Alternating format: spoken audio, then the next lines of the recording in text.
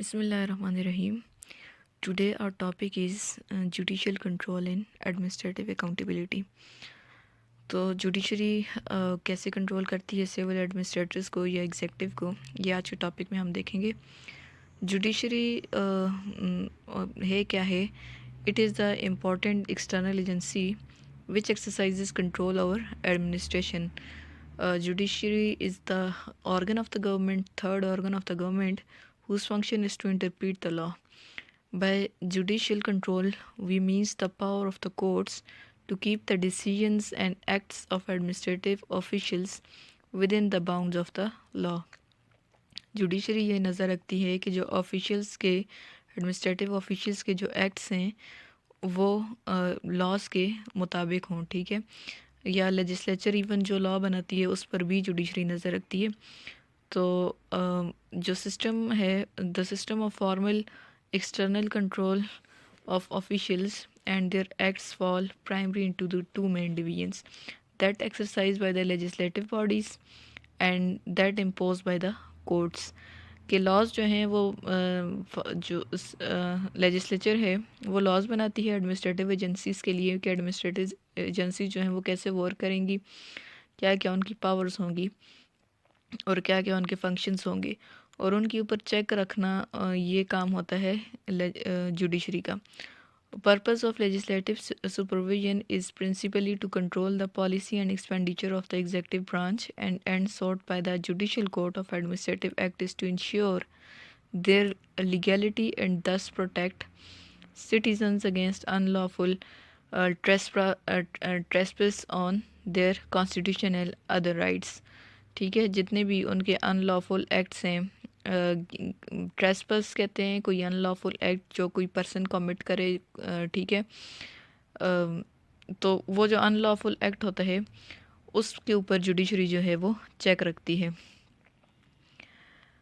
तो main purpose judicial control का ये होता है कि वो कॉन्स्टिट्यूशनलिटी को डिटरमिन करती है, लीगैलिटी को डिटरमिन करती है कि जो एक्शंस हैं वो लॉज के मुताबिक हैं या नहीं हैं, और इस तरह से वो सिटीजन्स के राइट्स को प्रोटेक्ट करती है, उनकी लिबर्टी को प्रोटेक्ट करती है और उनको बचाती है वो गवर्नमेंट ऑफिशियल्स के रॉन्गफुल एक्ट से। अब टाइप ऑफ रेमेडीज़ क्या क्या है, मतलब वो किस किस तरह से उनको सेव करती है। एक तो रूल ऑफ लॉ सिस्टम है, ठीक है, उसको हम स्टडी करेंगे आज की इसमें। रूल ऑफ लॉ सिस्टम है क्या है और किस किस तरह के लॉज जो हैं वो बनाए गए हैं कॉन्स्टिट्यूशन के अंदर। और दूसरा हम ये देखेंगे कि जो एडमिनिस्ट्रेटिव सिस्टम है जिसे हम एडमिनिस्ट्रेटिव लॉ कहते हैं, कुछ कंट्रीज़ के अंदर एडमिनिस्ट्रेटिव लॉ सिस्टम चल रहा है और कुछ कंट्रीज़ के अंदर रूल ऑफ लॉ चल रहा है। तो एडमिनिस्ट्रेटिव लॉ सिस्टम को भी हम देखेंगे और रूल ऑफ लॉ सिस्टम को भी हम देखेंगे। तो रूल ऑफ लॉ सिस्टम में इसमें जुडिशरी का क्या रोल है। Theoretically it means that everybody, high or low and official or private, is subject to the same law. The public administrators is not above the law while performing official duties. Simple, they are not above the law. Ordinarily, the aggrieved party too shall have all those legal remedies against the offending officials which are known as prerogatives writ, issued in the name of king who is fountainhead of the justice in UK. ठीक है, कि जो ज़ाहिर है उनका जो fountain के head होता है वो किंग या क्वीन होते हैं। तो किंग या क्वीन के नाम पर जितने भी रिट्स जो हैं वो इशू किए जाते हैं तो उन सब पर जुडिशरी चेक रखती है कि वो लॉफुल एक्ट्स हैं या नहीं हैं। तो ये जो एक्स्ट्राऑर्डिनरी रेमेडीज़ होती हैं इनके पास कोर्ट्स के पास यानी 5 तरह की रिट्स होती हैं। कौन कौन सी, ये आप जो political system of developing countries and developed countries पढ़ेंगे उसके अंदर भी आप ये रिट्स, जब आप उनकी कंट्रीज़ की जुडिशरी को पढ़ेंगे तो ये आप कुछ 5 इंपॉर्टेंट रिट्स हैं जिनको आप स्टडी करेंगे, और आज की टॉपिक के हवाले से भी ये रिट्स इंपॉर्टेंट है। First is habeas corpus, second is mandamus, third is prohibition, fourth is certiorari and fifth is quo warranto. तो first of all what is habeas corpus. Habeas corpus इसे जनरली कहते हैं कि it is a writ to person detaining another and commanding him to produce the body of prisoner at certain time and place if he is wrongfully detained। ठीक है, एक person के पास जब ये रिट होती है, ठीक है, जब ये पावर होती है, यानी रिट कहते हैं कि जब आप किसी दूसरे को ऑर्डर कर सकते हैं किसी चीज़ के ऊपर, दैट इज़ योर रिट। ठीक है, दैट इज़ योर पावर और दैट इज़ योर रिट। तो जब किसी पर्सन के पास ये रिट होती है कि वो उस पर्सन को ये ऑर्डर इशू करे कि डिटेन करने वाले को, फॉर एग्जांपल अगर कोई जो ऑफिशियल है, एडमिनिस्ट्रेटिव ऑफिशियल है, वो किसी पर्सन को डिटेन करता है, ठीक है, उसे इम्प्रिजन करता है, तो कोर्ट के पास ये रेट होती है कि वो उस ऑफिशियल को और उस बंदे को उस तलब करें और उससे इस पर इन्वेस्टिगेशन करें कि ये जो डिटेंशन है ये लॉफुल है या नहीं है। ठीक है, और वो उन्हें 24 घंटे के अंदर अंदर जिस पर्सन को वो इम्प्रिजन करते हैं उसे कोर्ट के सामने पेश करना होता है, दैट इज़ हैबिस कॉर्पस। ठीक है, हैबिस कॉर्पस रेट में ये है कि अगर वो पर्सन कोर्ट अगर जो एडमिनिस्ट्रेटिव ऑफिशियल है वो कोर्ट को ये डिक्लेयर कर दे, ये क्लियर कर दे कि इसे लीगली जो है वो डिटेन किया गया है, तब तो उसकी डिटेंशन जो है वो रिटेन रहती है। लेकिन अगर वो उससे कोर्ट को ये एक्सप्लेन ना कर सके तो उसकी जो डिटेंशन है वो कैंसिल कर देती है court. It may be directed to private person as well as to a public officer who imposes physical restraint over an other person. कोई भी जो रिस्ट्रेंट करता है, किसी को बंद करता है, चाहे वो पब्लिक ऑफिसर है या कोई प्राइवेट ऑफिसर है, तो कोर्ट के पास ये रिट है कि वो उसे तलब करके उससे इन्वेस्टिगेशन कर सकती है। तो writ is a real protection of individual liberty against administrative operation और आर्बिट्रेरी डिटेंशन। अब ये उनके ऊपर चेक रखने के लिए ज़ाहिर है कि अगर हो सकता है कि ऑफिशियल जो है वो अपनी पर्सनल दुश्मनी की बेस पर किसी को ले आया हो, उसने इम्प्रिजन कर दिया हो, तो जो कोर्ट्स हैं उनके पास ये रिट मौजूद है, वो उस पर चेक रख सकें। It is important means of testing and administrator's jurisdiction and of checking tendency to act high-handedly. The Constitution of Pakistan has provided for habeas corpus। ठीक है, पाकिस्तान के कॉन्स्टिट्यूशन में भी है कि फर्स्ट कॉन्स्टिट्यूशन में क्या मेंशन है, फर्स्ट पॉइंट इज़ दैट कि application of the rate of habeas corpus shall be filed in the registry. ठीक है, रजिस्ट्री में एक तो ये फाइल्ड होगी, ठीक, and shall be accompanied by an affidavit of the person restraint or some other person stating that it is made at his instant. उसका affidavit भी मौजूद होगा उस फाइल के अंदर। उसकी जो रजिस्ट्री है, रजिस्ट्री में क्या है कि उसकी एक तो एप्लीकेशन होगी, उसका एफिडेविट मौजूद होगा जो कि उसने ख़ुद बनाया हुआ है, that is made at his instance, उसके कहने पर बनाया हुआ है, and setting out the nature and circumstances of restraint, और उसकी नेचर सर्कमस्टांसिस वो सारी जो है वो कोर्ट को एक्सप्लेन करेंगे। The application shall be heard by a division bench और in a vacation by single bench. ठीक, डिवीजन बेंच या सिंगल बेंच जो है वो उसकी एप्लीकेशन को सुनेंगे। If the court finds a prima facie case for grant of petition to exist, the person or persons against whom the writ is sought are required to appear on a stated day and also to produce in the court the detained person। ठीक है, कि अगर petition court में आ गई है तो अब उस पर्सन को जिस डेट पर कोर्ट बताएगी उसे कोर्ट में पेश करना पड़ेगा। And on the day so stated, if no cause is shown or the cause is rejected by the court shall order the person detained is set at liberty। अगर वो उसे उस वक्त पर पेश ना कर सके या उसे कोई दलील ना दे सके कोर्ट को उसकी डिटेंशन के हवाले से, तो कोर्ट उस बंदे को आज़ाद कर देती है एंड आल्सो अपनी डिस्क्रिशन पर ऑर्डर कॉस्ट करती है। ऑर्डर कॉस्ट करने का मतलब ये है कि इस केस में उस बंदे के जितने भी पैसे वगैरह लगे हैं, वकीलों की फ़ी वगैरह, वो कोर्ट बता देती है कि पर्सन को किस तरह से कंपनसेट करना है। तो ये हैबिस कॉर्पस की रिट है जो कि पाकिस्तान के अंदर भी मौजूद है, because there is a system of rule of law. तो रूल ऑफ लॉ का तो आपको मतलब पता ही है ना कि रूल ऑफ लॉ में कि कोई भी पर्सन, कोई इंडिविजुअल, कोई एडमिनिस्ट्रेटर, कोई ऑफिशियल जो है वो लॉ से अबव नहीं है, सब लॉस के अंदर रहकर काम करेंगे। तो उसमें पहली रेट हैबिस कॉर्पस की थी जो कि कोर्ट्स के पास है, जुडिशरी के पास है। सेकंड है मैंडेमिस। अब मैंडेमिस लिटरली इसका मतलब होता है मैंडेट और command. It has been defined as a command issuing from a common law court of competent jurisdiction in the name of state directed to some corporations, officers, inferior courts, requiring the performance of a particular duty therein specified, which duly results from official station of the party to whom the writ is directed to from the operation of law. अब इसमें होता क्या है कि discretion of the court, it will not mandamus is not the writ issued as a matter of right, but it is discretion of the court. It will not be granted if court is satisfied that there is alternative remedy which sufficient and convenient. If the alternative is not sufficient, the mandamus is granted. होता क्या है कि court इस पर नज़र रखती है कि जो ड्यूटी एक ऑफिसर को दी गई है, सर्टन किसी ऑफिसर को या किसी कॉरपोरेशन को, तो वो उसमें अपनी पावर में रहकर, अपनी लिमिट में रहकर काम कर रहा है या नहीं कर रहा, और अगर नहीं कर रहा तो कोर्ट उस पर उसको तलब करती है।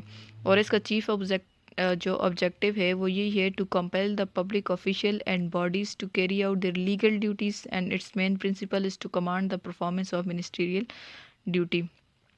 ठीक है। और इसका फंक्शन सिंपल यही है कि वो एक पर्सन को, पब्लिक ऑफिशियल को उसके लीगल ड्यूटीज़ को करने में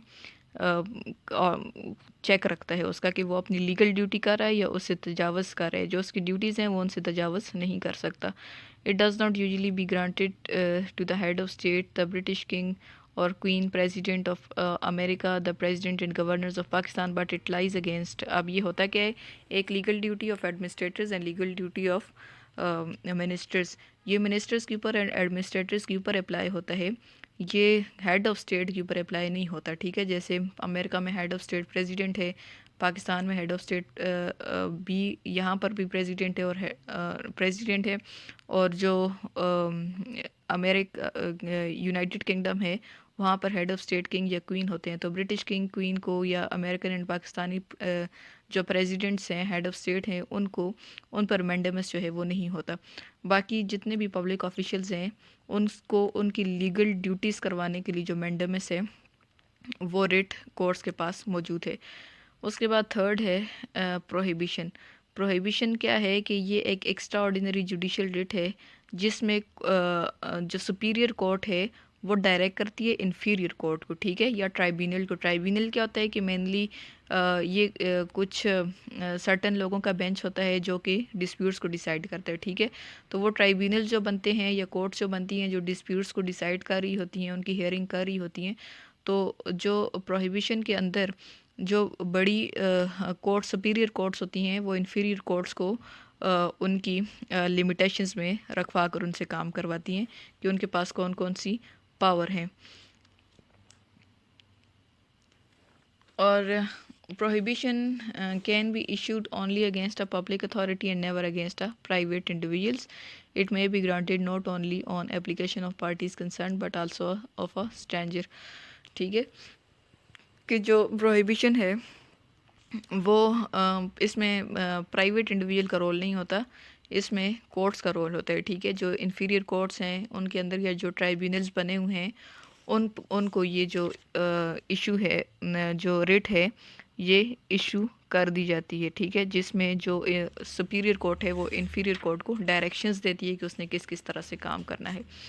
उसके बाद सर्श्योररी जो है, सर्श्योररी इसमें क्या होता है कि ये रिट होती है जिसमें सुपीरियर, ये भी कोर्ट्स की रिट है जिसमें it is issued by superior to an inferior court of record of tribunal or officer exercising a judicial function requiring the certification and return to the former of the sum proceeding then pending or the record and the proceedings in a case already terminated where the proceedings are not according to the course of common law। अब उसमें तो ये है कि prohibition में तो ये था ना कि जो केस चल रहा होता है तो उसमें वो उसे प्रोहिबिट कर देती है कि उसे डायरेक्शंस दे देती है। अगर वो कोई काम ठीक से नहीं कर रही या अपने फंक्शंस ठीक से परफॉर्म नहीं कर रही या रूल्स पर या लॉज पर नहीं चल रही तो उसे जो सुपीरियर कोर्ट है वो इन्फीरियर कोर्ट को डायरेक्शन दे देती है। अब सर्श्योररी में क्या होता है कि इसमें जो केस इवन गुजर गए हैं, ठीक है, या पुरानी जो फॉर्मर प्रोसीडिंग्स हैं उसको या जो पिछला रिकॉर्ड है प्रोसीडिंग्स का वो सारा देखा जाता है, या जो केस ख़त्म हो चुका है उसको देखा जाता है। वेयर द प्रोसीडिंग्स के जो प्रोसीडिंग्स हैं वो लॉ के मुताबिक हुई हैं या नहीं हुई। It is generally issued only after the judgment of inferior court और ट्राइब्यूनल के। सारा जब ट्राइब्यूनल में प्रोसीडिंग्स हो जाती हैं, जजमेंट हो जाती है, डिसीजन हो जाती है, तो उसके बाद ये सर्श्योररी में एक रिट है जो सुपीरियर कोर्ट इन्फीरियर कोर्ट को देती है, whose proceedings are to be reviewed. Simple is that कि इसमें रिव्यू उसमें जो है वो जब केस चल रहा हो उसके दौरान डायरेक्शन देते हैं प्रोहिबिशन में, और जो सर्श्योररी है इसमें जब केस डिसाइड हो जाते हैं तो उसके बाद उस केस को रिव्यू किया जाता है कि ये लॉस के मुताबिक हुआ या नहीं हुआ। और अगर लॉस के मुताबिक नहीं हुआ तो फिर क्या होता है कि उस केस को वहीं पर ख़त्म कर दिया जाता है। ठीक है, it is generally granted when there is another adequate remedy. uh, Generally not granted. It questions or affirm the proceeding of the lower court. Under this writ, High Court of Pakistan have power to scrutinize the proceeding undertaken by judicial and quasi-judicial bodies, and if any substantial departure from a prescribed rule or rule of natural justice is made, and the whole or a part of proceeding is quashed. ठीक है, क्वेश्ड mean that it is quoted, ख़त्म कर दिया जाता है। कि जैसे supreme जो हाई कोर्ट ऑफ पाकिस्तान है, अपनी जो लो कोर्ट्स हैं चाहे वो जुडिशल हैं या कॉसी जुडिशल हैं, वो सारी किसी substantial departure from a prescribe rule, किसी भी एक रूल को देखती हैं। ठीक है, कि इस रूल के मुताबिक ये केस डिसाइड हुआ या नहीं हुआ, और अगर वो उस रूल के मुताबिक डिसाइड ना हुआ हो तो प्रोसीडिंग को क्वैश कर दिया जाता है, उसे ख़त्म कर दिया जाता है। And the directives is to the proper manner in which the case should be deal with are issued. फिर दोबारा से डायरेक्शंस उसे इशू कर दी जाती है कि वो ये प्रोसीडिंग दोबारा करे और केस को इन रूल्स में डिसाइड करे। ठीक है, देन नेक्स्ट इज़ कोवरंटो में क्या है कि generally it means that warrant और अथॉरिटी। या वारंट क्या होता है कि ये एक डॉक्यूमेंट होता है जो किसी भी लीगल या गवर्नमेंट ऑफिशियल को दे दिया जाता है या उसे ऑथोराइज़ कर दिया जाता है, स्पेशली पुलिस को, कि वो किसी के घर जाकर छापा मारें, ठीक है, रेड करें, या किसी पर्सन को अरेस्ट करके लेकर आएँ, या किसी पर्सन के घर की को सर्च करें। ठीक, तो ये जो सर्च ऑपरेशन के लिए या जो अरेस्ट के लिए डॉक्यूमेंट्स या जो परमिशन है वो ग्रांट की जाती है गवर्नमेंट ऑफिशियल को, दैट इज़ वारंट। तो अब को वारंटों में क्या होता है कि it is define as the remedy of proceedings whereby the court's inquiries into the legality of the claim which a party asserts to an office or franchise, and to oust him from enjoyment if the claim be not well founded. It is defined as remedy whereby the courts inquire or to have the same declare forfeited। ठीक, कि इसमें courts जो हैं वो inquire करती हैं officials को और उनसे सरेंडर करवाती हैं। और इसका पर्पस क्या होता है कि अब किस में होता है कि अगर किसी ऑफिशियल को कोई जो ऑफिशियल है वो यूज़र्प कर रहा हो पब्लिक ऑफिस को, ठीक है, तो यूज़र्प करने का मतलब ये, यानी उसको रॉन्ग यूज़ कर रहा हो, अपनी पावर को ओवर यूज़ कर रहा हो, तो अगर वो उस पब्लिक ऑफिस को या अपनी पावर को यूज़र्प कर रहा है, सिटीजन्स के राइट्स को यूज़र्प कर रहा है, ठीक है, तो उस पर जो कोर्ट रिट इशू करती है दैट इज़ को वारंटो, उस पर वारंट जारी कर दिया जाता है और फिर आकर उसको अदालत के सामने पेश किया जाता है, और फिर वो अपनी अदालत में उसे सारा डिफ़ाइन करता है। अगर वो अपने एक्सप्लेनेशन देने में नाकाम हो जाए तो उसे आउस्ट फ्रॉम इट्स इन्जॉयमेंट। तो जो पब्लिक ऑफिस वो इन्जॉय कर रहा है, जो पावर वो इन्जॉय कर रहा है, वो उससे ले ली जाती है। ठीक है, कोर्ट उसे क्या करवाती है, फोरफिट करवाती है। ठीक, और जो उससे पावर है यानी उससे सरेंडर करवा लेती है, और उसकी जो पावर है वो उससे ले लेती है अगर वो अपनी पावर को यूज़र्प कर रहा है, उसको रॉन्ग यूज़ कर रहा है और वो सिटीजन्स को एक्सप्लॉइट कर रहा है, दैट इज़ को वारंटो। तो पाकिस्तान के अंदर रेट क्या है कि सिंपली 1935 में जब हम 1947 में इंडिपेंडेंट हुए थे तो 1935 का एक्ट लेकर चले थे। तो 1935 का एक्ट जो है it did not authorise the high courts of Pakistan to exercise writ jurisdiction. इसमें सिंपली कोई रिट जुरिस्डिक्शन जो है वो नहीं दी गई। बट इन 1954 में जब constitution assembly it was making the law, तो 1935 में सेक्शन नंबर 223A में ये ऐड किया गया था कि जिसमें हाई कोर्ट को ये जो रिट्स हैं वो एक्सरसाइज करने की जुरिस्डिक्शन दे दी थी, ठीक है। और वो रिट्स कौन कौन सी थी? हैबिस कॉर्पस थी, मैंडेमस थी, प्रोहिबिशन थी, को वारंट थी, एंड सर्चोररी थी। और उसके जो पर्पस मेंशन थे कॉन्स्टिट्यूशन के अंदर वो क्या थे कि हैबिस कॉर्पस किसी भी कोर्ट को ये इनेबल कर दी है कि वो एग्जामिन करे कि जो डिटेंशन है वो लीगली हुई है या नहीं हुई, ठीक। डिटेंशन का मतलब आपको मैंने समझा दिया है। Mandamus could lie only when the applicant was able to show that he had statutory rights and for performance of which there was statutory obligations on the respondent, ठीक है। कि जो वो राइट्स हैं या उसकी पावर्स हैं वो बाय लॉ हैं या नहीं हैं। स्टेट्यूटरी का मतलब होता है बाय लॉ वो काम कर रहा है या नहीं कर रहा। तो अगर वो बाय लॉ काम ना कर रहा हो तो उस पर मैंडेमस की रिट जो है वो इशू कर दी जाती है। और प्रोहिबिशन में ये है कि जो इन्फीरियर को सुपीरियर कोर्ट है वो इन्फीरियर कोर्ट को डायरेक्शंस प्रोवाइड करती है ताकि harmonious putting into the effect into all jurisdiction, ताकि कोर्ट्स के अंदर जो है वो हारमोनियस पुटिंग हो, यानी उनके अंदर हम आहंगी हो।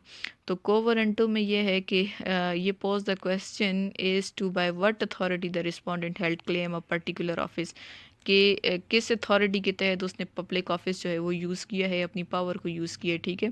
जो पब्लिक ऑफिस वो यूज़ कर रहा है वो उसकी अथॉरिटी में शामिल है या नहीं है, ठीक। फॉर एग्जांपल एक ग्रेड 16 का बंदा है, वो जाके ग्रेड 17 में बैठ जाए और वो अपनी पावर को यूज़र्व करे, ठीक है। तो इसमें को वारंट जो है वो जारी कर दिया जाता है, इशू कर दिया जाता है।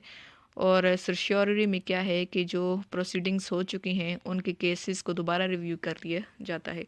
तो 55 में जब कॉन्स्टिट्यूशन बना रहे थे तो 56 में उनको हाई कोर्ट को ये रिट दे दी थी, ठीक है। हाई कोर्ट के साथ साथ सुप्रीम कोर्ट को भी ये रिट दे दी थी। लेकिन 62 में चूंकि यहाँ पर there was dictatorship, there was martial law, तो these writs were not granted. But from in the constitution of 1973 when it was introduced, in which fundamental rights were incorporated and high courts were empowered to exercise writ jurisdictions, में फिर दोबारा high courts को writ jurisdiction जो है वो दे दी थी। So this is rule of law under judicial control.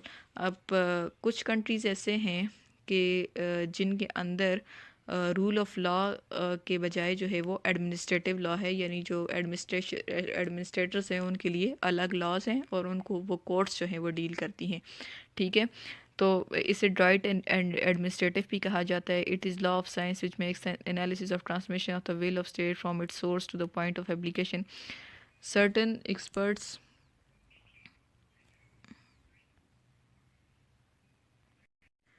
ठीक है, जो एडमिनिस्ट्रेटिव लॉ है वो चल रहा है फ़्रांस के अंदर चल रहा है, तो वहाँ पर एडमिनिस्ट्रेटिव कोर्ट्स हैं। तो इसमें होता क्या है कि फ़्रांस के अलावा जो दूसरे कॉन्टिनेंटल कंट्रीज़ हैं just like Germany, Italy, Holland, Spain and Portugal, इनमें एडमिनिस्ट्रेटिव लॉ जो है वो चल रहा है। अगर कोई इंडिविजुअल इंक्वायरी सफ़र करता है किसी ऑफिशियल के हाथ से, तो वो एडमिनिस्ट्रेटिव कोर्ट में उस ऑफिशियल के अगेंस्ट जा सकता है, ठीक है। वो अपनी फ़ाइल जो है वो पिटिशन कर सकता है, वो क्लेम कर सकता है द अप्रोप्रिएट एडमिनिस्ट्रेटिव कोर्ट में। तो इसमें कोर्ट जो है वो इसे रिलीफ ग्रांट करती है। तो ये Germany, Italy, Holland, Spain and Portugal में चल रहा है। अब ये पॉपुलर क्यों है? इसका पहला मेरिट ये है इसका एडमिनिस्ट्रेटिव लॉ का, ठीक है, क्योंकि एडमिनिस्ट्रेटिव लॉ के अंदर सारे उनकी पावर्स वगैरह मेंशन है, और अगर वो सिटीज़न सफ़र होते हैं तो उसके लिए भी फिर उन्हें एडमिनिस्ट्रेटिव कोर्ट्स को जाना पड़ता है। It freeze the administrative authorities from jurisdiction of law courts and hence secures promptness, fearlessness and efficiency in the administrative action. एक तो ये जो कोर्ट्स के उससे इनको आज़ाद कर देती है एडमिनिस्ट्रेटिव ऑफिसर्स को। सेकेंडली जो जजेस हैं जो लॉ में एक्सपर्ट हैं और एडमिनिस्ट्रेशन के बारे में नहीं जानते, तो वो एडमिनिस्ट्रेटिव डिस्प्यूट्स के ऊपर नहीं ले सकते, एक्शन नहीं ले सकते, ठीक है। ये इसका सेकंड मेरिट है। जबकि जो एडमिनिस्ट्रेटिव लॉ के अंदर उन्होंने वहाँ पर जजेस रखे होते हैं, वो एडमिनिस्ट्रेटिव लॉज को अच्छी तरह जानते हैं और वो उन डिस्प्यूट्स को बहुत एफिशिएंसी से सॉल्व करते हैं। ठीक है। और थर्डली ये है कि ये सिस्टम प्रोवाइड करता है सिटीजन्स को रेमेडीज़ प्रोवाइड करता है कि ऑफिशियल्स के रॉन्गफुल एक्ट किया गया है। इसमें अगर ऑफिशियल्स कुछ गलत कर रहे हैं तो सिटीजन्स वहाँ पर अपनी पिटिशन जो है वो कर सकते हैं कोर्ट के अंदर। तो सिटीजन्स को भी इससे फ़ायदा मिल रहा है। तो इसलिए जो एडमिनिस्ट्रेटिव लॉ है ये कामयाब हुआ है इन कॉन्टीनेंटल कंट्रीज़ के अंदर। तो पाकिस्तान के अंदर एडमिनिस्ट्रेटिव लॉ क्या है, बल्कि पाकिस्तान के अंदर सिंपल मैंने आपको ये बताया कि वहाँ पर रूल ऑफ लॉ है। और ये जो रिट्स हैं 5 रिट्स हाई कोर्ट ने हाई कोर्ट को दे रखी हैं और 1973 के कॉन्स्टिट्यूशन में भी ये रिट्स दे रखी हैं। तो अपने नेक्स्ट लेक्चर में हम पब्लिक कंट्रोल को स्टडी करेंगे। ये हमारा जुडिशल कंट्रोल था।